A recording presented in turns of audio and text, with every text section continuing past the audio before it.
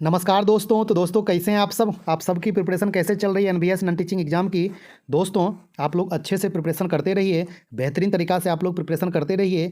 यदि आप लोग इस नॉन टीचिंग वैकेंसी के लिए हिंदी का, कंप्यूटर का, जीके जीएस का बेहतरीन कंटेंट लेना चाहते हैं तो आप चैनल को जरूर सब्सक्राइब करें और इस एग्ज़ाम से संबंधित जो भी इन्फॉर्मेशन होगा आपको टाइम टू टाइम देते रहेंगे। ओके। और जीके का, हिंदी का, कंप्यूटर का बहुत सारा वीडियो पहले से अवेलेबल है, आपको इसका प्लेलिस्ट मिल जाएगा। आप लोग ऑल टू ऑल वीडियो जरूर देख लें और अभी आगे कंटिन्यू एग्ज़ाम तक वीडियो आते रहेगा। ओके दोस्तों, आप सबका बहुत सारा कमेंट्स आ रहा था कि एनवीएस एग्ज़ाम को लेके आरटीआई लगाइए कि इसका एग्ज़ाम कब तक होगा, इस वैकेंसी पे कोई केस है, इसका एग्ज़ाम एनटीए लेगा कि नहीं लेगा। तो उसके रिगार्डिंग हमने आरटीआई लगाया और इसका रिप्लाई भी बहुत जल्दी आ गया है। ओके, तो आइए आपको एक एक करके पहले आपको क्वेश्चन दिखाते हैं कि हमने क्या सब पूछा था, क्या क्या इन्फॉर्मेशन मांगा था। उसके बाद आपको एक एक करके रिप्लाई दिखाएंगे। इससे आपको कुछ आइडिया लगेगा कि अब क्या होने वाला है, एनवीएस कहना क्या चाहता है ना। हालांकि एनवीएस कुछ भी साफ साफ बताया नहीं है आरटीआई रिप्लाई में।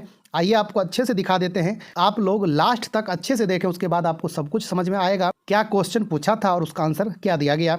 आइए आपको सबसे पहले दिखाते हैं एक एक करके कि हमने क्या सब इन्फॉर्मेशन मांगा था। ओके दोस्तों, जैसा कि आप लोग देख सकते हैं कि हमने एनवीएस को आरटीआई लगाया था और ये आरटीआई रजिस्ट्रेशन नंबर है ना। तो कोई भी ऐसा नहीं है कि बहुत सारे कहेंगे कि फेक रहता है, ये आरटीआई नहीं है। तो जो भी है आप ये इन्फॉर्मेशन इस नंबर से, रजिस्टर्ड नंबर से जो भी इन्फॉर्मेशन आप निकालना चाहते हैं, यदि आप निकाल सकते हैं तो निकाल के देख सकते हैं कि हमने क्या क्वेश्चन पूछा और उसका आंसर क्या आया। और इस चैनल पे जो भी इन्फॉर्मेशन आपको दी जाती है वो 100% ऑथेंटिक होता है।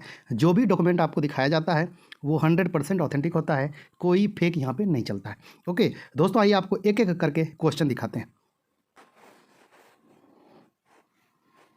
दोस्तों सबसे पहला क्वेश्चन देख लें कि हमने क्या पूछा था। हमने ये पूछा कि please provide information regarding the written examination, यानी कि stage 1 of Navodaya Vidyalaya Samiti NVS non teaching recruitment 2024 to be held in which month year, है ना। हमने ये पूछा कि ये एनवीएस नॉन टीचिंग रिक्रूटमेंट 2024 जो है, इसका रिटन एग्जाम यानी कि स्टेज 1 किस मंथ में, किस साल में होगा, आप इसका आंसर दीजिए। ओके, और उसके बाद सेकेंड क्वेश्चन हमने क्या पूछा, आप लोग अच्छे से देख लें। Already 9 months passed but no information regarding written examination has published by the NVS, please provide information regarding the reason for delayed in recruitment process, है ना। इसका मतलब ये हुआ कि ऑलरेडी 9 महीना बीत चुका है, अभी तक इसका रिटन एग्जामिनेशन कंडक्ट नहीं करवाया गया है। इसमें जो देरी क्यों हुई है आप इसका रीज़न बताएं। ओके, और उसके बाद देखें थर्ड में क्या हमने पूछा था। थर्ड में हमने ये पूछा कि please provide the name of written examination conducting agency, है ना। यानी कि जो रिटेन एग्ज़ाम कंडक्ट करवाएगा उस एजेंसी का नाम क्या है, क्योंकि पहले से तो पता है कि एनटीए इसका अप्लाई करवाया था और एनटीए ही इसका जो भी आगे का प्रोसेस होगा करवाएगा। लेकिन बीच में क्या न्यूज आई कि एनटीए अब 2025 से कोई भी एग्ज़ाम कंडक्ट नहीं करवाएगा, है ना। जो भी रिक्रूटमेंट वाला एग्ज़ाम है वो एनटीए कंडक्ट नहीं करवाएगा। तो इसलिए हमने पूछा कि एग्ज़ाम कंडक्टिंग एजेंसी का नाम क्या है, क्या अभी भी एनटीए ही है या फिर कोई चेंज हो चुका है, इसलिए हमने पूछा। ओके, इसके बाद देखें फोर्थ नंबर पे हमने क्या पूछा, please provide the pending court case against this vacancy if any, है ना। यानी कि इस वैकेंसी पे कोई कोर्ट केस है तो उसके बारे में इंफॉर्मेशन दीजिए, हमने ये पूछा। ओके, और इसके बाद आप लोग देखें लास्ट में हमने क्या पूछा कि please provide information regarding mode of written examination to be held offline और ऑनलाइन, क्योंकि आप लोग जानते होंगे कि पहले जो एग्ज़ाम हुआ है ना, 2022 वाली, वो तो आपका ऑनलाइन हुआ था, है ना। और इस बार एनटीए कहीं भी जो क्लियर नहीं किया था कि ऑनलाइन होगा कि ऑफलाइन होगा, ना ही एनवीएस के द्वारा कुछ भी क्लियर किया गया कि ऑफलाइन होगा कि ऑनलाइन होगा, है ना। ओनली लिखा गया था रिटन एग्जामिनेशन।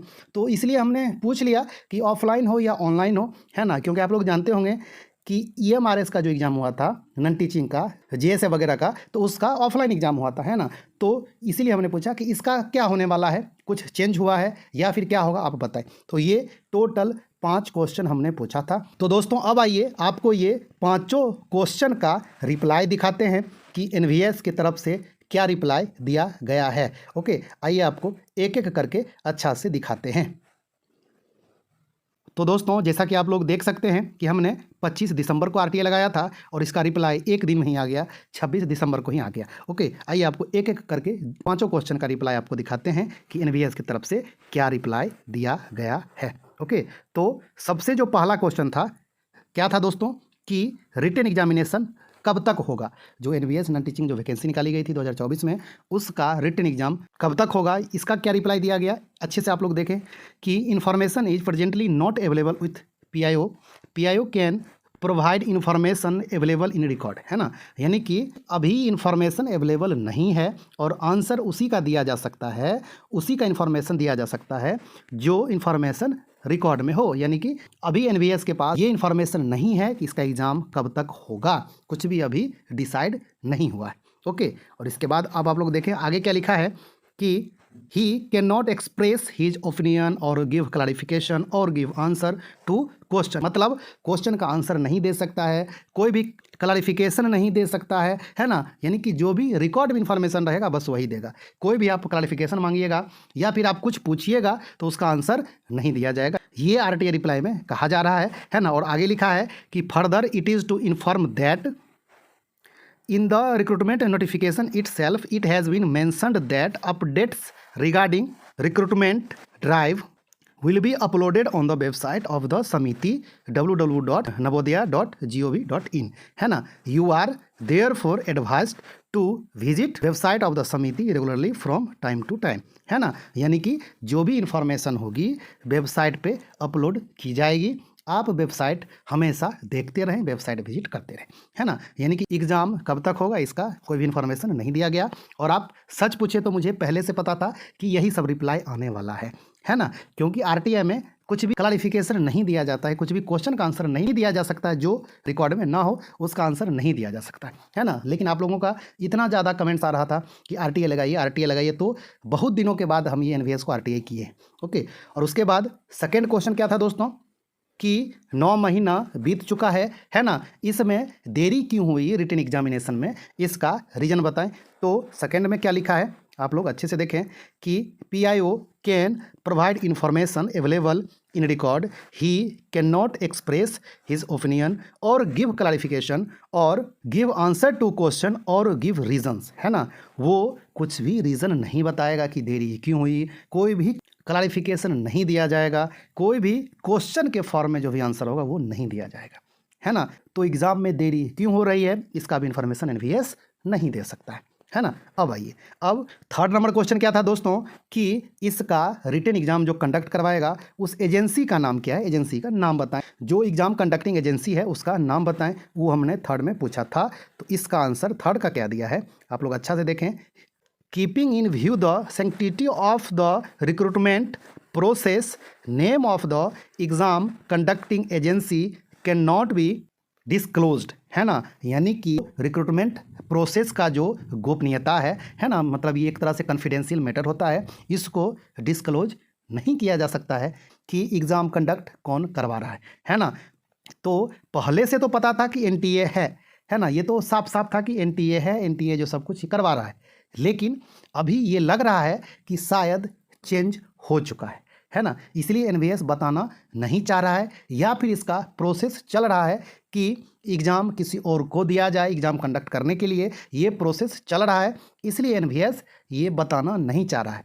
क्योंकि अप्लाई एनटीए करवाया था, है ना। यदि एग्ज़ाम भी कंडक्ट एनटीए करवाता तो यहाँ पे साफ साफ लिखता कि आप एनटीए के ऑफिशियल वेबसाइट चेक करते रहें, है ना। क्योंकि पहले भी हमने आरटीआई लगाया था तो उसमें साफ साफ लिखा था कि कोई भी इन्फॉर्मेशन एनवीएस के वेबसाइट पे और एनटीए के वेबसाइट पे आएगा, आप लोग चेक करते रहें। nvs.nta करके एक वेबसाइट बनाया गया था, है ना। लेकिन इसमें ऐसा कुछ भी नहीं कहा है। तो अब ये चांस लग रहा है कि एनटीए एग्ज़ाम नहीं लेगा और कोई दूसरा कंडक्टिंग एजेंसी को दिया गया है या फिर दिया जाएगा, है ना। फोर्थ नंबर पे हमने क्या पूछा था दोस्तों कि कोई पेंडिंग कोर्ट केस है तो इसके बारे में बताएं, है ना। तो फोर्थ नंबर का क्या आंसर दिया है आप लोग अच्छा से देखें कि no such information is available with PIO, यानी कि कोर्ट केस के बारे में कोई भी इंफॉर्मेशन पीआईओ के पास नहीं है। इसका मतलब ये हुआ कि इस वैकेंसी के अगेंस्ट कोई कोर्ट केस नहीं है, है ना। इस वैकेंसी में कोई कोर्ट केस है, ये है,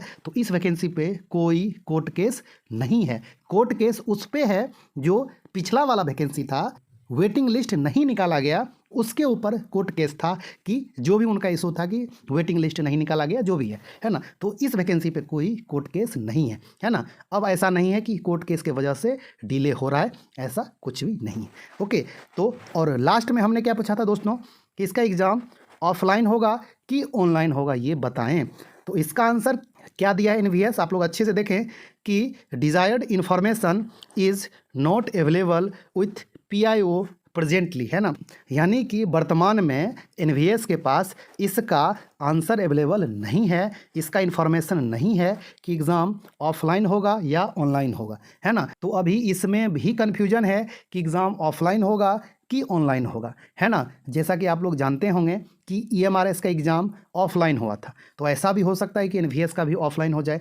बहुत सारा न्यूज़ ऐसा आ रहा है कि KVS का एग्ज़ाम अब आगे से ऑफलाइन होगा, ऐसा आ रहा है न्यूज़, लेकिन अभी कुछ जो कन्फर्मेशन नहीं है ना। तो NVS भी अभी तक जो क्लियर नहीं किया कि इसका एग्ज़ाम ऑफलाइन लिया जाएगा या फिर ऑनलाइन लिया जाएगा। तो दोस्तों आपके मन में जो भी क्वेश्चन था वो हमने पूछा, इसका आंसर NVS की तरफ से क्या दिया गया आपको पता चल चुका है ना। तो अब आप लोग समझ जाएं कि इस आंसर का क्या मतलब हो सकता है। आपसे हम यही कहेंगे, ऐसा नहीं होगा कि एग्ज़ाम नहीं होगा, एग्ज़ाम होने वाला है, एग्ज़ाम होगा, है ना। तो आप लोग अच्छे से पढ़ाई करते रहें, मेहनत आप करते रहें, है ना। इसका एग्ज़ाम का प्रोसेस थोड़ा सा डिले हुआ है, अब ये मार्च अप्रैल 25 आएगा तो 1 साल हो जाएगा, है ना। NVS के एग्ज़ाम में इतना डिले नहीं होता था, NVS का एग्ज़ाम बहुत जल्दी होता था और इसका जो भी है रिजल्ट का प्रोसेस, ज्वाइनिंग का प्रोसेस, उसमें 2 साल तक का टाइम जो लगा देता था, लेकिन एग्ज़ाम बहुत जल्दी होता था। लेकिन इस बार एग्ज़ाम लेने में ही बहुत ज़्यादा डिले कर दिया